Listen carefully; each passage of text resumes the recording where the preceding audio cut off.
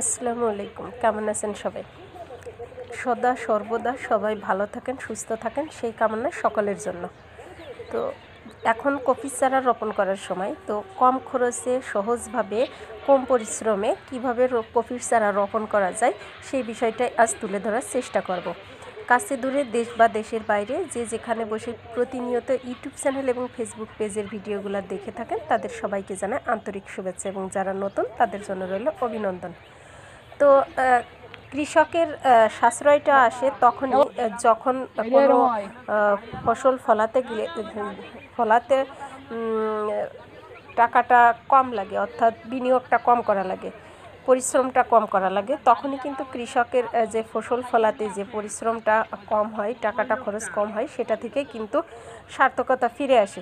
তো কফির চারা এখন কিন্তু রোপণ করার সময়। তো এই কফির চারা রোপণের যে নিয়মটা, আমরা কিন্তু আগে যে নিয়মটা আমাদের এখানেও কিন্তু এই নিয়মটাতেই চাষ করতো, মানে পূর্বের যে নিয়মটা ওই নিয়মটাতে চাষ করতো, সেটা হচ্ছে যে শুকনা জমি চাষ দিয়ে মাটিটা সুন্দরভাবে ঝুরঝুরে করার পর এটার মধ্যে কফির চারাগুলা লাগাইতো, এইভাবে দড়ি দিয়ে সারিবদ্ধভাবে কিন্তু কফির চারাগুলো লাগাইতো।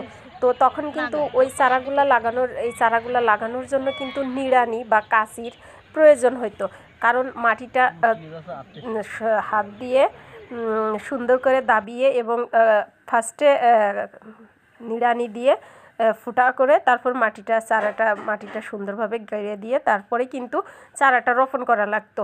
তো সেক্ষেত্রে কিন্তু সময়টা বেশি লাগতো, কারণ যখন নিড়ানি দিয়ে ফুটা করে লাগানো হয় তখন কিন্তু সময়টা বেশি লাগে।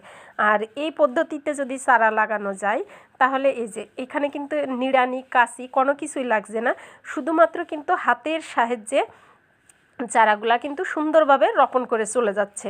এই যে দেখেন কত সুন্দরভাবে রোপণ করা হয়েছে এই চারাগুলা। তো এই উপায়ে যদি কফি চারা রোপণ করা যায় তাহলে সেক্ষেত্রে কিন্তু আপনার যে খরচটা, অর্থাৎ যে জমিতে কৃষিকাজ করার জন্য যে লোকগুলা নেওয়া হয়, এক্ষেত্রে কিন্তু খুবই কম লাগবে। কারণ আপনার শুকনো মাটিতে আমরা যেভাবে আগে কফির চারাগুলা লাগাতাম, ওগুলা লাগাইতে গেলে কিন্তু অনেকটা সময় লাগতো এবং সেটাতে আপনার লাগানোর পর পানি দেওয়া লাগতো, প্রতিনিয়তই কিন্তু পানি দেওয়া লাগতো। এবং লাগাতে গেলে যেহেতু মাটিটা শক্ত থাকতো, সুন্দর করে ঝুরঝুরি করে নিয়ে তারপর লাগানো লাগতো, যার ফলে কিন্তু ওখানে সময়টাও বেশি ব্যয় হতো।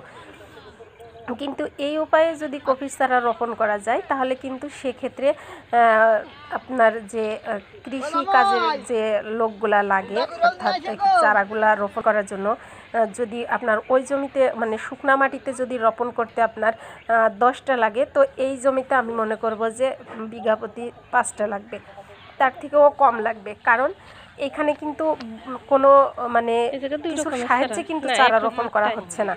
তো এই জন্য আমি বলবো যে আপনারা এই উপায়ে যদি চাষ করতে চান তাহলে প্রথমে পানি দিয়ে মাটি চাষ দেওয়ার পর যখন কফি চারা লাগানোর মতো উপযোগী হয়ে উঠবে মাটিটা, তখন ওই জমিতে পানি দিয়ে দিবেন। পানি দেওয়ার পরে মাটিটা যখন আবার এসে যাবে, অর্থাৎ চারা রোপণ করার মতো উপযোগী হয়ে যাবে, তখন কিন্তু ঠিক এই যেভাবে চারাটা রোপণ করছে এই একই নিয়মে কিন্তু চারাটা রোপণ করবেন।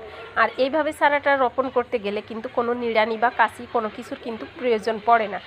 তো আর এছাড়াও যে কফি চারাটা লাগানোর পর যখন আমরা শুকনা মাটিতে লাগাইতাম তখন কিন্তু লাগানোর পর পানি দেওয়া লাগতো।